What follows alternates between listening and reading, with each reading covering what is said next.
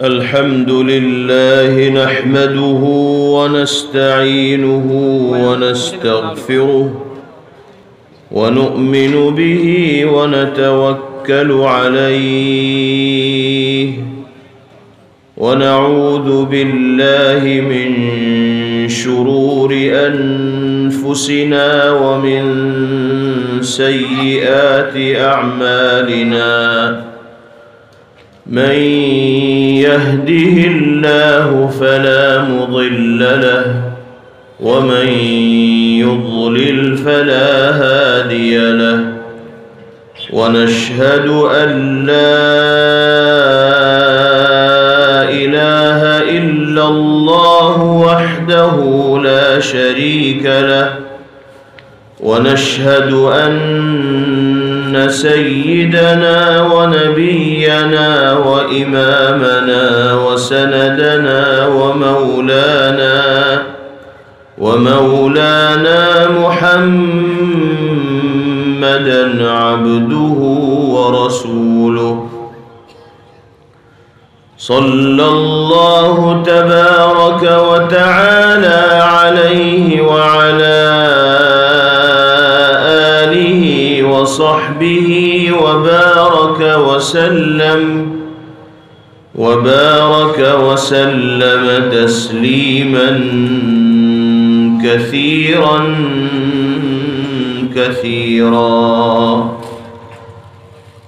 أما بعد فأعوذ بالله من الشيطان الرجيم بسم الله الرحمن الرحيم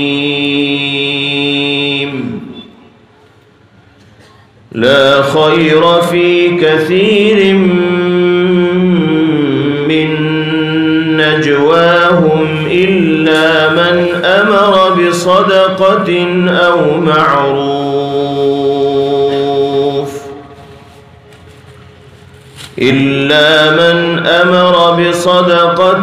أو معروف أو إصلاح بين الناس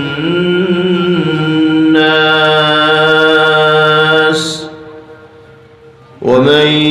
يفعل ذلك ابتغاء مرضات الله فسوف نؤتيه أجرا عظيما صدق الله مولانا العلي العظيم.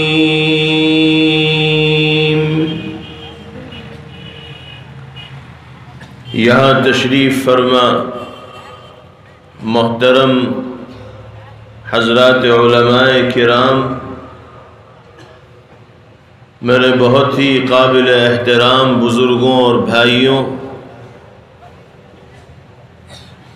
ہم سب کے لیے یہ بڑی سعادت، خوشی اور مسرت کا مقام ہے کہ اللہ رب العزت والجلال نے آج اس جامعہ اور مدرسے کی برکت سے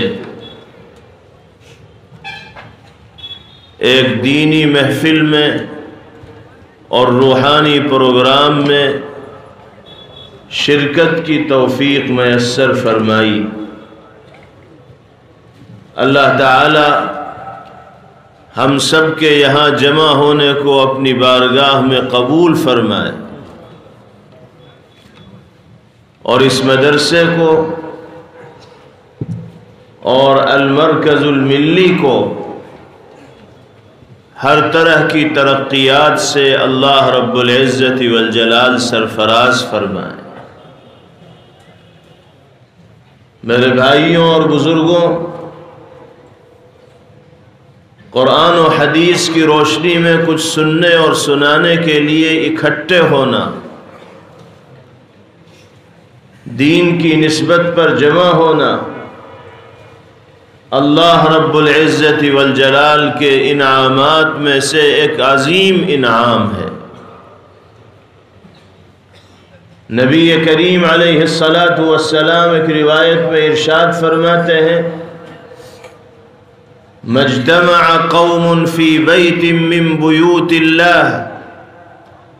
يتلون كتاب الله ويتدارسونه بينهم إلا نزلت عليهم الرحمة إلا نزلت عليهم السكينة وغشيتهم الرحمة وحفتهم الملائكة۔ پیغمبر علیہ السلام ارشاد فرما رہے ہیں کہ جو لوگ بھی دنیا کے کسی خطے میں اللہ کی سرزمین میں اکٹھے ہو کر جمع ہو کر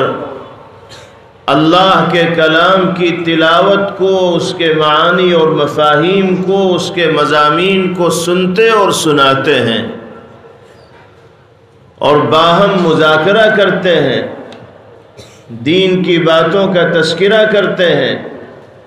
تو اللہ رب العزت والجلال کی جانب سے 3 انعامات سے ان کو اسی وقت نوازا جاتا ہے۔ سب سے پہلا انعام یہ ہے کہ باری تعالیٰ کی جانب سے اس مجمع پر اور دین کی باتیں سننے سنانے والے لوگوں پر سکینہ طاری ہوتا ہے، قلبی اطمینان ان کو نصیب ہوتا ہے۔ نمبر 2، اللہ کی خصوصی رحمت ان پر سایہ فگن ہو جاتی ہے۔ نمبر 3، رحمت کے فرشتے ان کو گھیر لیتے ہیں۔ آج ہمیں اللہ کی ذات سے امید ہی نہیں بلکہ یقین ہے کہ ہم جس نسبت پر جمع ہوئے ہیں اس نسبت کی بنا پر اللہ رب العزت والجلال ان تینوں انعامات سے ہمیں بھی سرفراز فرما رہے ہوں گے۔ سکینت کا نزول آج کے اس مجمع پر بھی ہو رہا ہوگا، رحمت الہیہ سے یہ مجمع ڈھانپا ہوا بھی ہوگا، اور ملائکہ رحمت نے اور فرشتوں نے اس مجمع کو گھیرا ہوا بھی ہوگا۔ یہ ہمارے لیے بڑی سعادت اور خوش نصیبی کی بات ہے کہ اللہ رب العزت والجلال نے ایک ایسے پروگرام میں شرکت کا موقع فراہم کیا جو اللہ رب العزت والجلال کی خاص نظر رحمت و عنایت کا مستحق بنتا ہے۔ میرے بھائیوں اور بزرگوں، ہمیں اللہ کی اس نعمت کی قدر کرنی چاہیے، اس کا شکر ادا کرنا چاہیے، اور اس نعمت کی قدردانی اور شکر گزاری یہ ہے کہ جو باتیں قرآن و حدیث کی روشنی میں اس اسٹیج سے کہی جائیں، جو پیغام آپ کو سنایا جائے، زندگی گزارنے کے جو سلیقے اللہ کے رسول صلی اللہ تعالی علیہ وسلم کی سیرت پاک کے حوالے سے ذکر کیے جائیں، ان تعلیمات و ہدایات پر اور پیغامات پر سچے دل سے عمل کا جذبہ لے کر ہم یہاں سے جائیں، اپنی زندگی کے اندر انقلاب پیدا کرنے کی کوشش کریں، اور اللہ رب العزت والجلال کی مرضیات پر چلنے کا اپنے آپ کو عادی بنانے کا پختہ عزم و ارادہ کریں۔ اگر یہ کام ہم نے کیا تو ہم اس مجلس میں شرکت کی قدر کرنے والے ہوں گے، اور اللہ کی جانب سے حاصل ہونے والے اس انعام کا کسی نہ کسی درجے میں شکر ادا کرنے والے ہوں گے۔ ہمیں اس موقع پر جہاں اللہ رب العزت والجلال کا شکر ادا کرنا چاہیے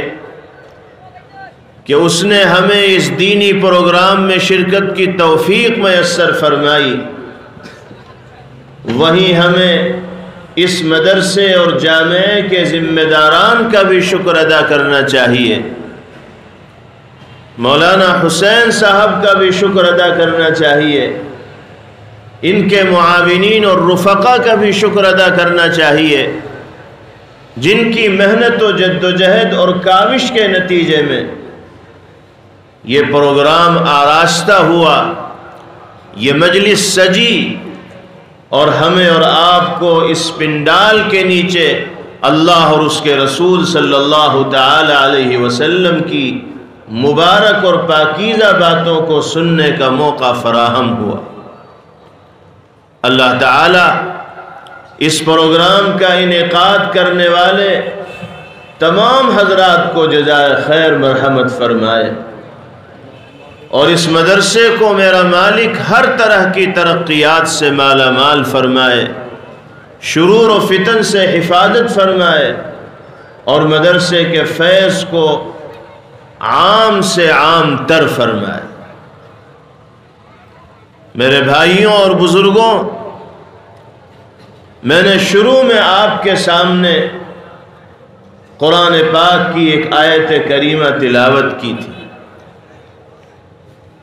اس میں اللہ رب العزت والجلال نے بہت ہی اہم اور جامع نصیحت اس دنیا میں بسنے والے انسانوں کو دی۔ خوش نصیب ہیں وہ لوگ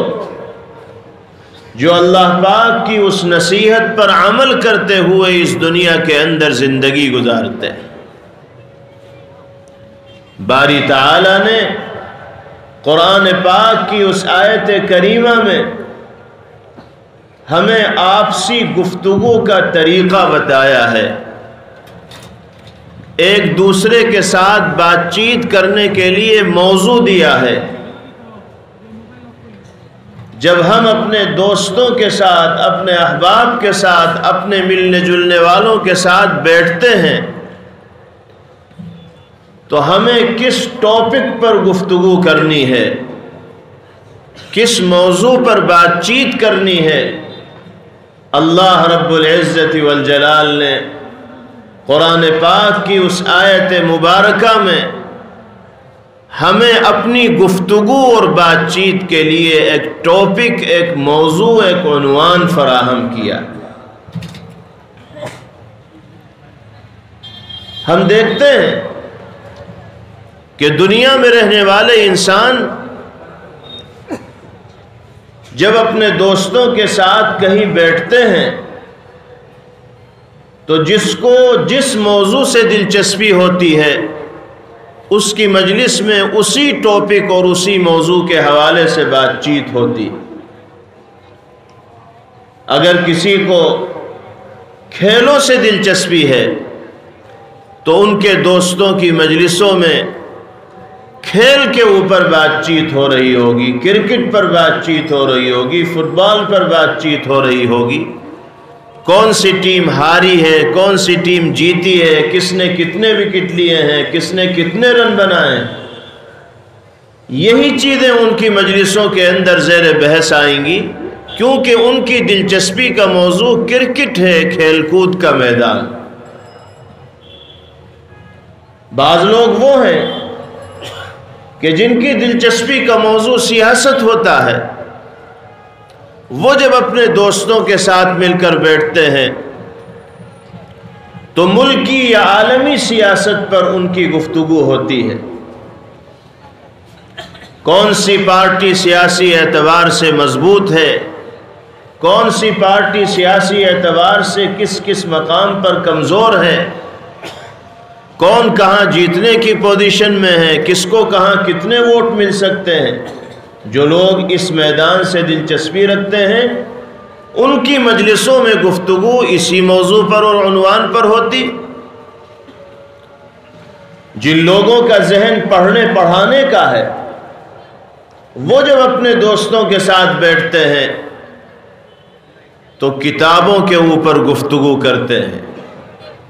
علمی موضوعات کے اوپر گفتگو کرتے ہیں۔ فلموں سے دلچسپی رکھنے والے جو لوگ ہیں وہ جب اپنے دوستوں کے ساتھ بیٹھتے ہیں تو ان کی گفتگو کا موضوع فلمیں ہوتی ہیں، کون سی فلم کس کی ہے، کون سی فلم ہٹ ہوئی ہے، کون سی نہیں ہوئی ہے، کس کی سٹوری کیسی ہے، کس کا ہیرو کیسا ہے، یہی ان کی بحث کا اور گفتگو کا موضوع ہوتا ہے۔ اس طرح کے بہت سے موضوعات ہیں جو ہماری اور آپ کی گفتگو کے اندر رائج ہیں اور عام ہیں۔ اللہ رب العزت والجلال نے مسلمانوں کو ان تمام موضوعات سے ہٹ کر اپنی گفتگو میں الگ ٹاپک کو اختیار کرنے کی ہدایت دی۔ وہ کیا کیا ٹاپک ہیں اور کیا کیا عناوین ہیں، ارشاد فرمایا جا رہا ہے، لا خیر فی کثیر من نجواہم الا من امر بصدقۃ او معروف۔ اللہ تعالی ارشاد فرما رہے ہیں کہ اس دنیا میں بسنے والے انسان جو آپس میں گفتگو کرتے ہیں، سرگوشیاں کرتے ہیں، نجوا کا ترجمہ ایک دوسرے سے جو بات چیت کرتے ہیں، اس میں کوئی خیر نہیں، کسی طرح کی کوئی بھلائی نہیں، الا من امر بصدقہ، بھلائی اس گفتگو میں ہوگی، خیر اس بات چیت میں ہوگی کہ جس میں گفتگو کرنے والے، بات چیت کرنے والے ایک دوسرے کو صدقہ کرنے کا حکم دے رہے ہوں۔ یعنی جب ہم اپنے دوستوں کے ساتھ بیٹھیں تو ہم اس بات پر غور کریں کہ ہمارے آس پاس رہنے والے لوگوں میں، ہمارے رشتہ داروں میں، ہماری بستی اور ہمارے گاؤں میں زندگی گزارنے والے لوگوں میں کتنے ایسے ہیں کہ جو اپنی ضروریات پوری کرنے کے لیے دوسروں کی مدد اور تعاون کے محتاج ہیں۔ جس گھر کے اندر کھانا نہیں بنتا اس گھر میں کھانا پہنچانے کی کوشش کریں۔ جس گھر کے لوگ اپنی بنیادی ضروریات کو پیسے نہ ہونے کی وجہ سے پوری نہیں کر پاتے، ہم ان کی بنیادی ضروریات کو پورا کرنے کی کوشش کریں۔ ہم اپنے دوستوں کا یہ مزاج بنائیں کہ اللہ کی رضا اور خوشنودی کو حاصل کرنے کی نیت سے اللہ کے دیے ہوئے مال کو خرچ کرنے کا جذبہ ہمارے دلوں کے اندر پیدا ہو جائے۔ اور جس موضوع پر، جس جائز موضوع پر آپ گفتگو کرنا چاہتے ہیں کیجئے، سیاسیات پر بھی گفتگو کیجئے، علمی موضوعات پر بھی گفتگو کیجئے، لیکن یہ ٹاپک اور موضوع بھی آپ کی گفتگو کے اندر خاص طور پر ہونا چاہیے۔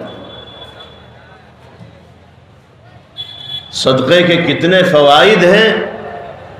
اور کیسی برکتیں اللہ صدقے کے نتیجے میں انسان کو عطا فرماتے ہیں، اور کتنی بلاؤں سے، آفات سے اور مصیبتوں سے اللہ انسان کو نجات عطا فرماتے ہیں، اہل ایمان کو اس کا علم ہے۔ نبی کریم علیہ السلام نے ارشاد فرمایا کہ صدقے سے مال کے اندر ذرہ برابر کمی نہیں آتی۔ بظاہر یہ محسوس ہوتا ہے کہ ہم نے اپنی جیب سے 100 روپے نکال کر ایک ضرورت مند کو دے دیے، ہمارے بیلنس میں کمی آئی، لیکن اللہ کے رسول صلی اللہ علیہ وسلم کا یہ ارشاد گرامی ہے کہ دیکھنے میں چاہے کمی محسوس ہو رہی ہو، لیکن اللہ اس 100 کے بدلے میں اتنے عطا فرمائیں گے کہ جس کا ہم تصور بھی نہیں کر سکتے، ہمارے وہم و گمان سے بھی زیادہ ہو۔ بلائیں دور ہوتی ہیں صدقے کی وجہ سے۔ جناب رسول اللہ صلی اللہ علیہ وسلم نے ارشاد فرمایا، داووا مرضاکم بالصدقہ، اے لوگوں اپنے بیماروں کا علاج صدقے سے کیا کرو۔ کوئی شخص بیمار ہوتا ہے تو وہ ڈاکٹر اور حکیم کے پاس جاتا ہے، دوا لیتا ہے، اسے استعمال کرتا ہے، ٹھیک ہے دوا استعمال کرنی چاہیے، علاج و معالجہ کرنا چاہیے، لیکن ساتھ ساتھ اگر اللہ کی راہ میں صدقہ بھی کیا جائے گا تو نبی کریم علیہ السلام کے ارشاد گرامی کے مطابق اس صدقے کی برکت سے اللہ بیمار کو شفا نصیب فرمائے، اس کو پریشانی سے اور بیماریوں سے نجات عطا فرمائے۔ اور یہ بھی یاد رکھیے کہ صدقے کا تعلق صرف مال کے ساتھ نہیں ہے، صرف روپیے پیسے اور دھن دولت کے ساتھ نہیں ہے، بلکہ نبی کریم علیہ السلام نے تو ارشاد فرمایا تبسمک فی وجہ اخیک صدقہ، اپنے بھائی کے ساتھ مسکراتے چہرے کے ساتھ ملنا یہ بھی صدقے کا ثواب رکھنے والا عمل ہے۔ آپ کسی سے ملاقات کریں تو آپ کے چہرے کے اوپر بشاشت اور خوشی کے آثار ہونے چاہیے، اور یہ انداز ہونا چاہیے کہ ملنے والے کو آپ سے مل کر خوشی ہوئی ہو، ملنے والے کا دل آپ سے مل کر متاثر ہوا ہو۔ اگر آپ مسکراتے چہرے کے ساتھ اپنے کسی بھائی سے ملیں گے، نبی کریم علیہ السلام فرماتے ہیں کہ آپ کا یہ عمل بھی اللہ کی نگاہ میں صدقے کے برابر ثواب رکھنے والا شمار کیا جائے۔ اللہ تعالیٰ نے دینی تقاضوں پر عمل ہمارے اور آپ کے لیے بہت آسان بنا دیا۔ ہم معمولی کام کر کے اپنے نام اعمال کو حسنات سے اور نیکیوں سے بھر سکتے ہیں۔ اب آپ بتائیے کہ مسکراتے چہرے کے ساتھ ملنے میں کیا پریشانی ہے اور اس میں کیا دشواری ہے، کون سی مشکل ہے؟ نہ کچھ خرچ ہوتا ہے، نہ کوئی محنت ہوتی ہے، نہ کسی طرح کی کوئی جدوجہد ہوتی ہے،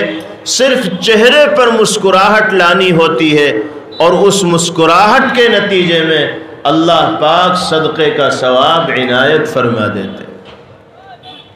کیونکہ اللہ اور اس کے رسول صلی اللہ علیہ وسلم کا منشا یہ ہے کہ دنیا میں بسنے والے انسان اور خاص طور پر مسلمان آپس میں مل جل کر رہیں، ایک دوسرے کا احترام و عظمت اپنے دل کے اندر رکھنے والے ہوں، ایک دوسرے سے محبت کے جذبات اپنے دل کے اندر رکھنے والے ہوں، ایک دوسرے کے حقوق کی ادائیگی کی کوشش کرنے والے ہوں۔ جب آپ مسکرا کر کسی سے ملیں گے تو آپ اپنے بھائی کے دل کو جیت لیں گے، اور پھر آپ میں اور آپ کے بھائی میں محبت کا اور ایمانی اخوت کا اور باہمی ہمدردی کا وہ رشتہ قائم ہوگا جس کو قائم کرنے کے لیے جناب رسول اللہ صلی اللہ تعالی علیہ وسلم اس دنیا کے اندر تشریف لائے تھے۔ ایک روایت میں نبی کریم علیہ السلام نے ارشاد فرمایا من عاد مریضا او زار اخا له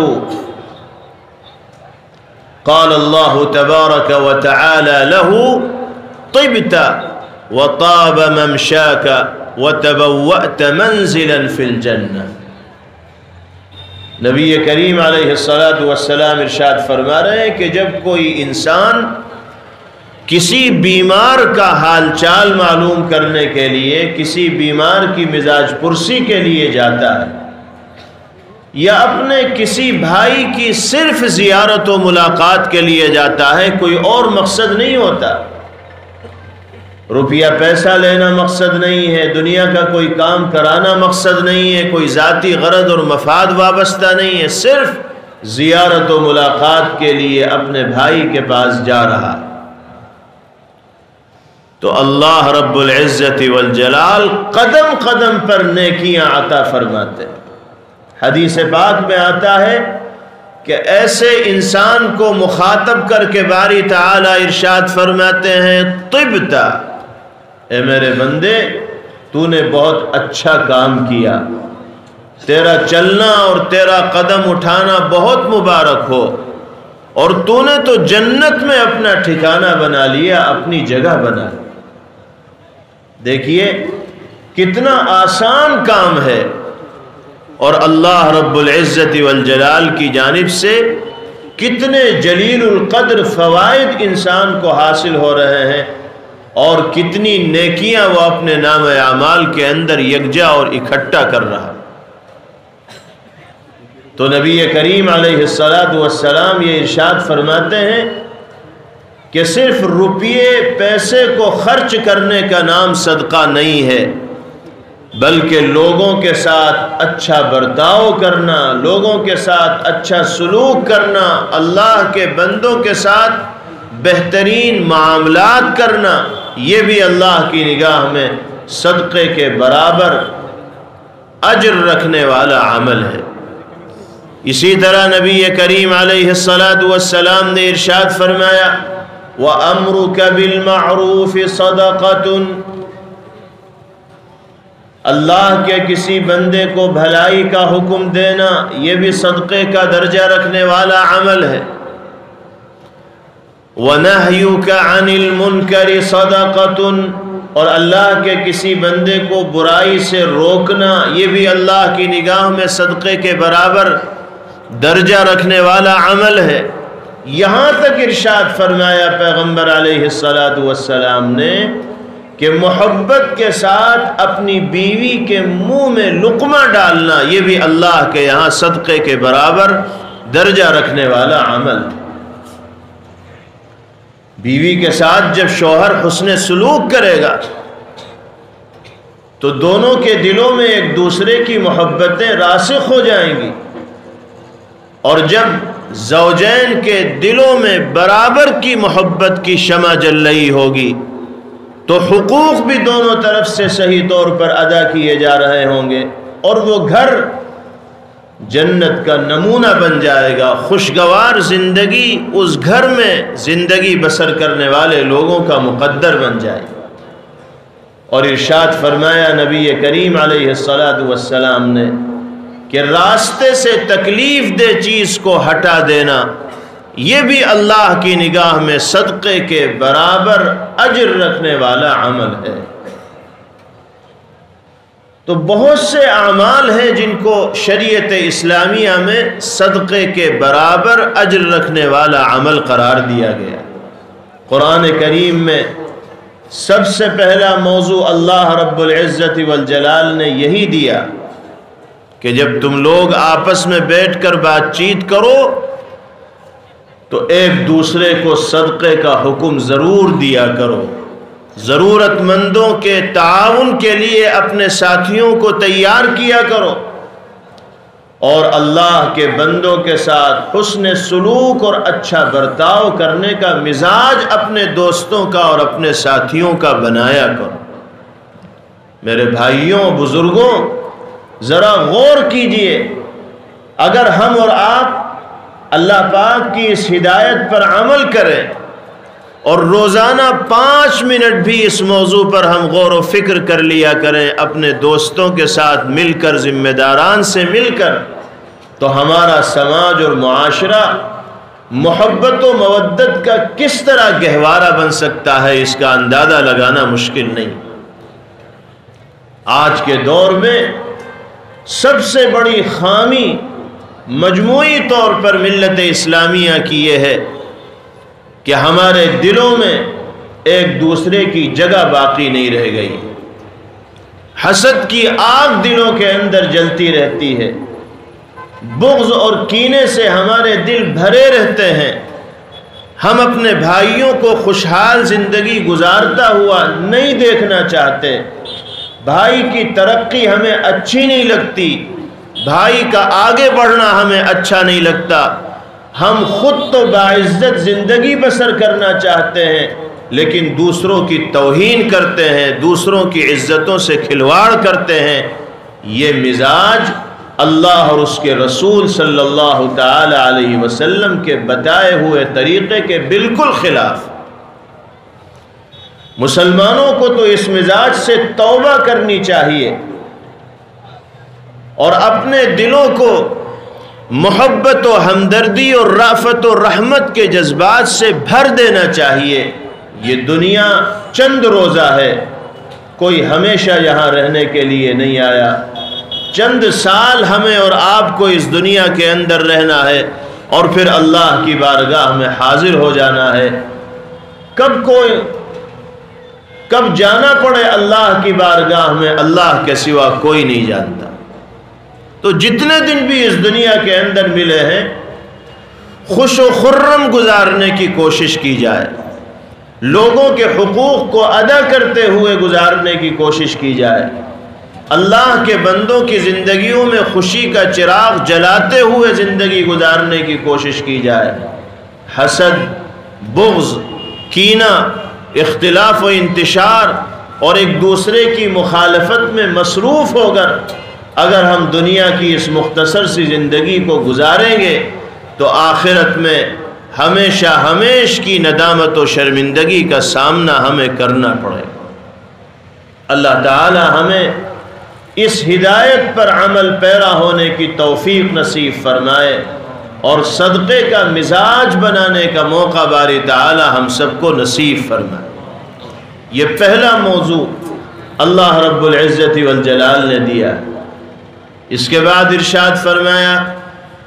لا خیر فی کثیر من نجواہم الا من امر بصدقۃ او معروف او اصلاح بین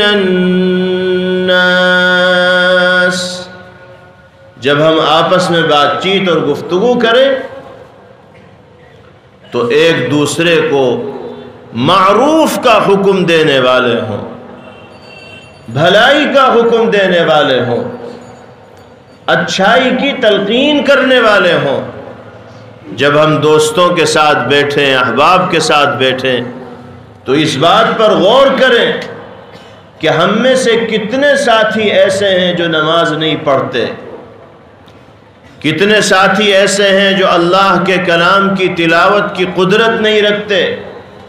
کتنے ساتھی ایسے ہیں کہ جن کو دین کے بنیادی عقائد و مسائل کا علم نہیں،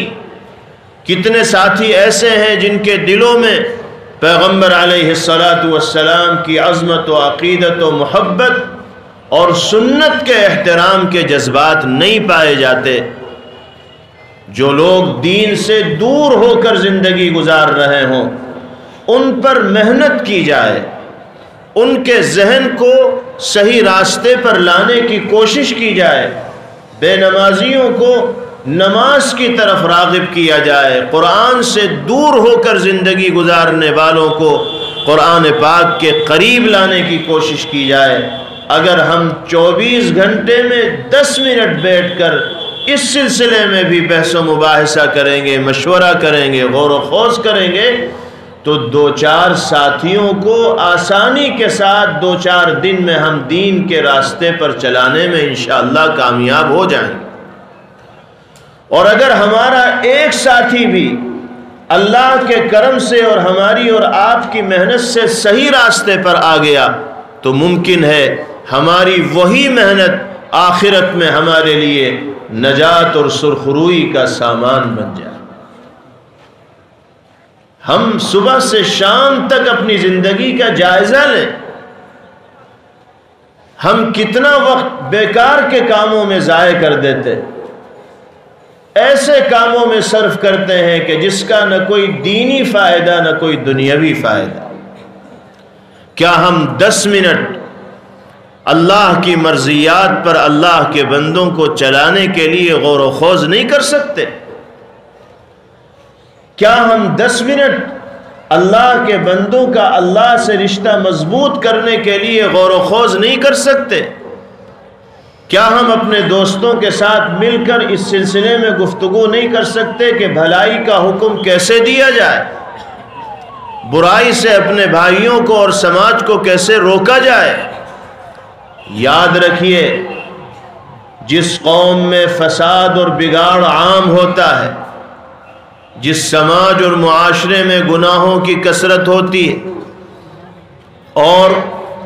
اس سماج کے ذمہ دار لوگ پھر اپنے سماج سے گناہوں کو ختم کرنے کی کوشش نہیں کرتے تو اللہ کی جانب سے آنے والی سزا کا سامنا سب کو یکساں طور پر کرنا پڑتا ہے۔ نبی کریم علیہ الصلاۃ والسلام ایک روایت میں ارشاد فرماتے ہیں ما من رجل یکون فی قوم یعمل فیہم بالمعاصی،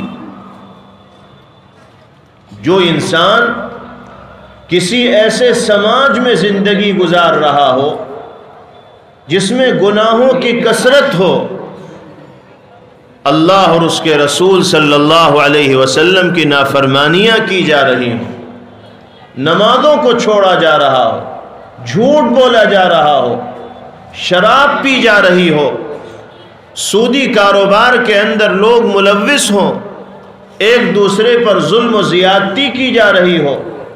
عورتوں کے حقوق کو مارا جا رہا ہو، کمزوروں کو دبایا جا رہا ہو، دھوکہ دیا جا رہا ہو، طرح طرح کے گناہ اس سماج اور قوم کے اندر عام ہوں،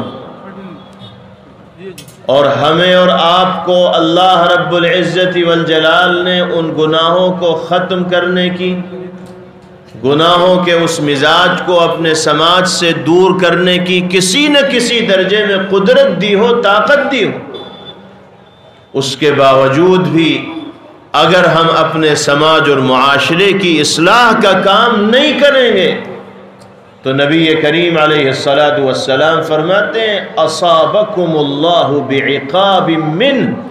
اللہ پاک اپنی جانب سے سزاؤں میں تم سب کو مسلط کر دے، اپنی جانب سے سزاؤں کا نشانہ تم سب کو بنا دیں گے۔ آج اجتماعی طور پر ساری دنیا میں بسنے والے مسلمانوں کو جن پریشان کن حالات کا سامنا کرنا پڑ رہا، جس آزمائش و امتحان کے دور سے ہم گزر رہے ہیں، اسلام دشمن طاقتوں نے جس طرح ہمارے گرد گھیرا تنگ کر رکھا ہے، ہماری زندگی کو یہ طاقتیں اجیرن کرنا چاہتی، برابر پریشانیاں ملت اسلامیہ کے لیے عالمی طور پر بڑھائی جا رہی ہیں۔ کیا کہیں ایسا تو نہیں ہے کہ اللہ پاک نے یہ پریشان کن حالات عذاب کے طور پر ہم سب پر مسلط کیے ہوں، کیونکہ ہم اپنی ذمہ داری نہیں ادا کر رہے، ہم اپنے واجبات کو اور فرائض کو نہیں ادا کر رہے۔ کتنے لوگ ایسے ہیں جو بستی میں جا کر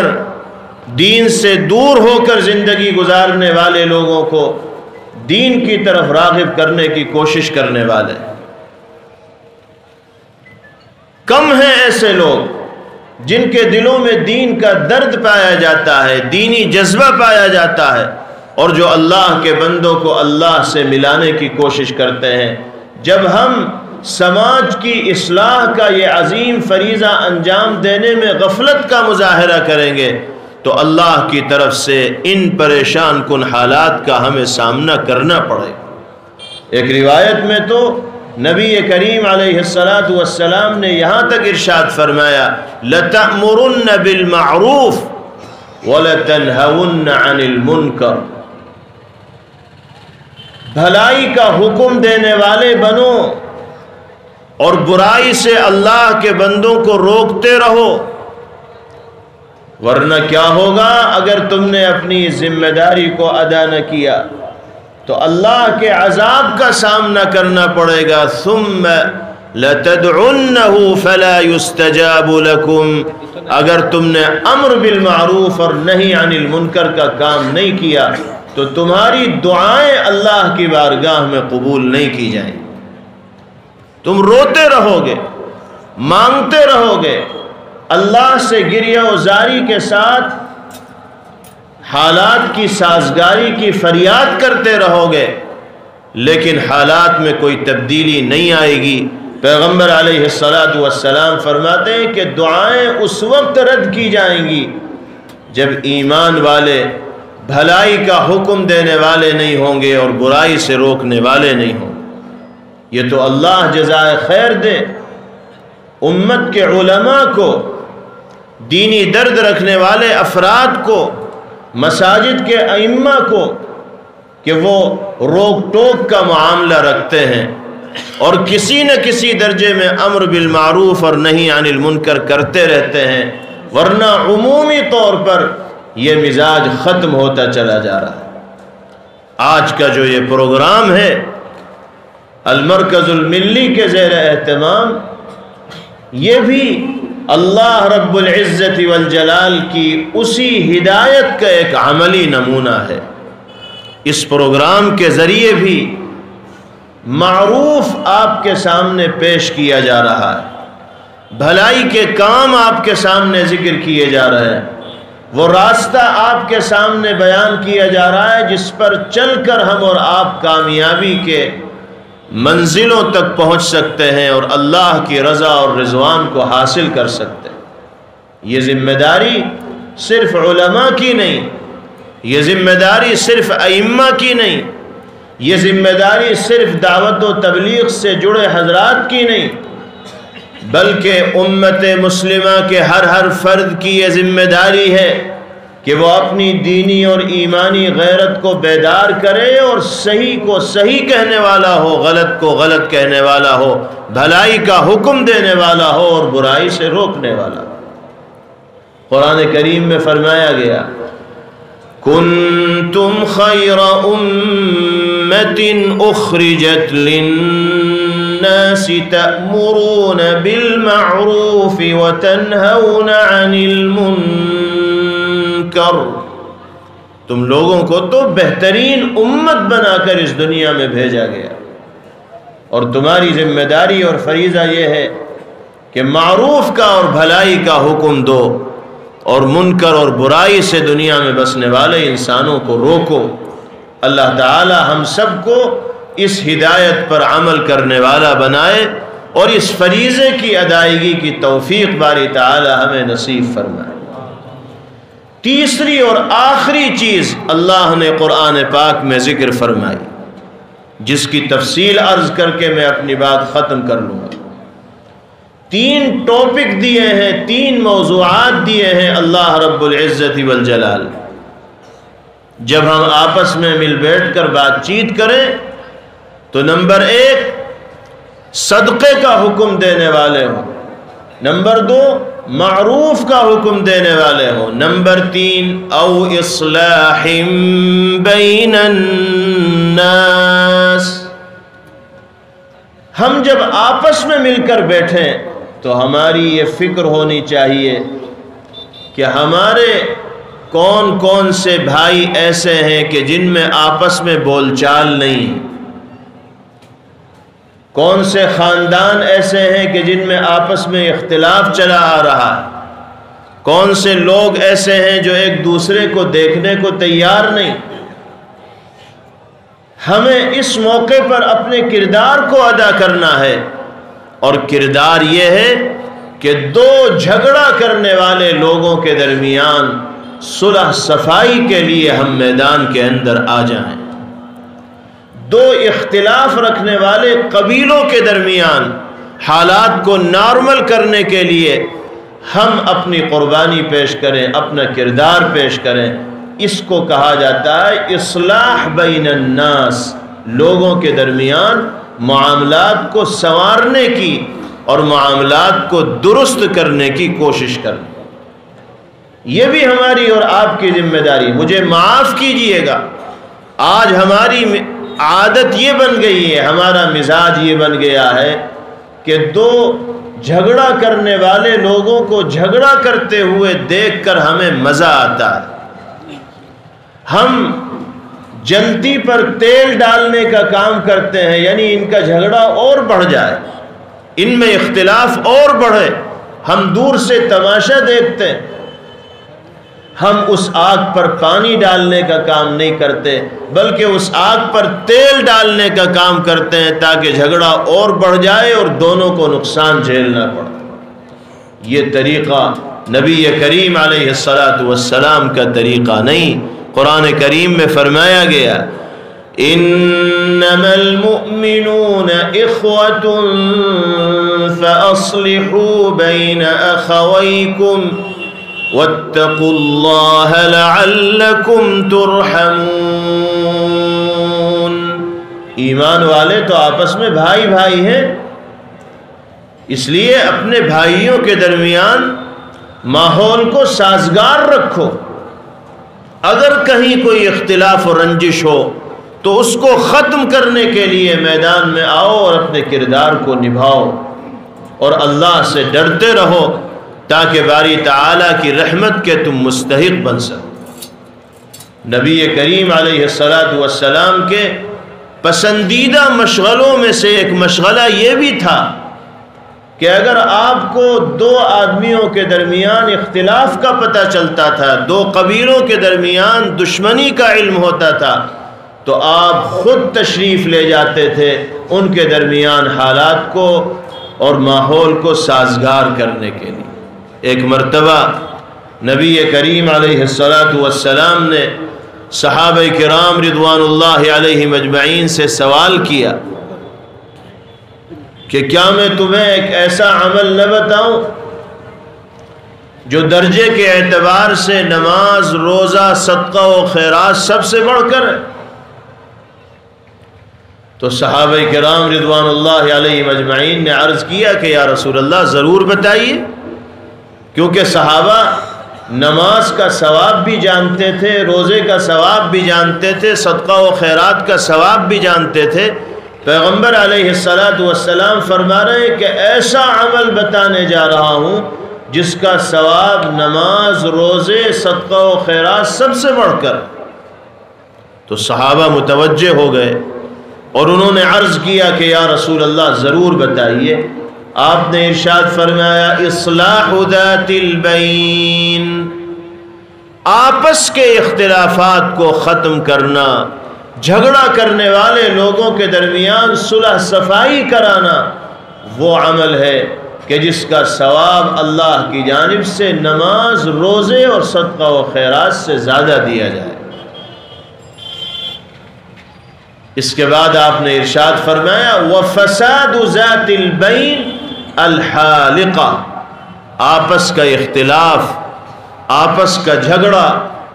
ایک دوسرے کے ساتھ عداوت و دشمنی کا برتاؤ اور معاملہ، یہ اتنا برا روگ ہے، اتنی بری بیماری ہے اور اتنا خراب مرض ہے کہ یہ مونڈ دینے والا ہے، صفایا کر دینے والا ہے. پھر فرمایا کہ بالوں کا صفایا کرنے والا نہیں بلکہ انسان کے دل سے دین کے اور ایمان کے جذبات کا صفایا کر دینے والا اور خاتمہ کر دینے والا. گویا کہ پیغمبر علیہ السلام یہ فرما رہے ہیں کہ جو لوگ آپسی جھگڑے کا شکار ہوں گے، جن کے دلوں میں بغض و حسد اور کینے کی آگ لگی ہوئی ہوگی، وہ کسی اور کا نقصان نہیں، سب سے زیادہ اپنا نقصان کرنے والے ہوں گے. اور ہو سکتا ہے کہ عداوت و دشمنی کی یہی آگ ایمان سے محرومی کا باعث اور ذریعہ بھی ان کے لیے بن جائے. تو میرے بھائیوں اور بزرگوں، ہمیں قرآن پاک کے ان پیغامات کو اپنے دل کی تختی کے اوپر لکھ لینا چاہیے اور ہمیں اپنی گفتگو میں، اپنی بات چیت میں ان موضوعات پر خاص طور سے اہمیت کے ساتھ نگاہ ڈالنی چاہیے اور آپسی اصلاح کی، میل جول کی، پریم و محبت کی بات کرنی چاہیے. اسلام تو ساری انسانیت کو جوڑنے کے لیے آیا ہے، ایک لڑی میں پرونے کے لیے آیا ہے. تو مسلمانوں کو تو خاص طور پر ایک لڑی کے اندر پرویا ہوا ہونا ہی چاہیے. حدیث پاک میں ارشاد فرمایا گیا المؤمن للمؤمن کالبنیان یشد بعضہ بعضا، ایک مسلمان کی حیثیت دوسرے مسلمان کے لیے عمارت میں لگی ہوئی اینٹ کی طرح ہے. ایک اینٹ دوسری اینٹ کو تقویت اور طاقت پہنچاتی ہے. اگر دیوار سے آپ ایک اینٹ نکال لیں گے تو پوری دیوار کمزور ہو جائے گی. ہر اینٹ کا اپنی جگہ فٹ ہونا اس دیوار کو مضبوطی عطا کرے گا اور کسی بھی اینٹ کا اپنی جگہ سے ہٹ جانا پوری کی پوری دیوار کو کمزور کر دے. اسی طرح مسلمانوں کا آپس میں مل جل کر رہنا، محبت و پریم اور پیار کے ساتھ رہنا پوری امت مسلمہ اور قوم مسلم کو طاقت و قوت عطا کرے گا اور دھڑوں کے اندر مسلمانوں کا تقسیم ہو جانا یہ قوم کی طاقت کو کمزور کر کے رکھ دے گا، کمر کو توڑ کر کے رکھ دے گا۔ اس لیے ہمیں اجتماعیت کا ماحول اپنے سماج کے اندر بنائے رکھنا ہے اور آپسی اتحاد و اتفاق کا ماحول زندہ رکھنا ہے۔ جب انسانوں کے درمیان رہتا ہے تو ناراضگیاں ہو ہی جاتی ہیں، ان ناراضگیوں کو برداشت کرنا ہے، درگزر کرنا ہے اور جھگڑے سے ہر حال میں بچنا ہے۔ نبی کریم علیہ الصلاۃ والسلام نے ایک روایت میں ارشاد فرمایا، من ترک المراء وهو محق بنی له بیت فی ربض الجنہ۔ جو آدمی حق پر ہونے کے باوجود جھگڑا چھوڑ دے گا، اللہ پاک جنت کے بیچوں بیچ اس کے لیے محل تعمیر فرمائیں گے۔ حق پر ہے، قدرت بھی ہے اپنا حق لینے کی، لیکن صرف جھگڑے کو ختم کرنے کے لیے قدم پیچھے ہٹا رہا ہے تو اللہ رب العزت والجلال کی جانب سے جنت میں عالیشان محل کو عطا کیا جانے کا وعدہ ہو رہا ہے۔ یہ چیزیں ہمیں اپنے ذہن کے اندر رکھنی چاہیے اور پھر آپس میں اتحاد و اتفاق کو اور محبت کے ماحول کو برقرار رکھنے کی اور زندہ رکھنے کی ہر ممکن کوشش کرنی چاہیے۔ آج کے اس اجتماع اور پروگرام کے جہاں اور مقاصد ہیں، انہی میں سے ایک بنیادی مقصد یہ بھی ہے کہ ہم جہاں بھی رہیں، جس تعداد میں رہیں، تھوڑی تعداد میں ہوں یا بڑی تعداد میں ہوں، ہمارے درمیان آپسی رشتے ایسے مضبوط اور مستحکم ہونے چاہیے کہ ہم ایک دوسرے کے دکھ اور درد کے اندر شریک ہوں، ایک دوسرے کے ہمدرد بن کر اس دنیا کے اندر جینے والے ہوں، کسی کو نقصان پہنچانے کا جذبہ ہمارے دل کے اندر نہ ہو۔ اللہ نے ہمیں مومن بنایا ہے، ہمیں تو انسانیت کے لیے نافع بننا ہے، سود مند بننا ہے، نفع بخش بننا ہے۔ اگر ہم نافع نہیں بن سکتے تو نقصان بھی ہماری ذات سے کسی کو نہ ہونا چاہیے۔ پہلی کوشش تو یہ ہو کہ ہم فائدہ پہنچائیں اللہ کی مخلوق کو، اور اگر فائدہ نہیں پہنچا پا رہے ہیں تو نقصان ہماری ذات سے کسی کو نہ ہونا چاہیے۔ اللہ تعالی ہم سب کو اپنی رضا اور رضوان سے سرفراز فرمائے۔ اچھی باتوں کا حکم دینے والا اللہ ہمیں بنائے، اچھے موضوعات پر گفتگو کرنے کی توفیق اللہ ہمیں نصیب فرمائے، اور آپسی ماحول کو سازگار کرنے کے مواقع باری تعالی ہمیں مرحمت فرمائے، اور ہمارے سماج اور معاشرے سے ہر طرح کے فساد اور بگاڑ کو دور کرنے کا فیصلہ باری تعالی فرمائیں۔ وآخر دعوانا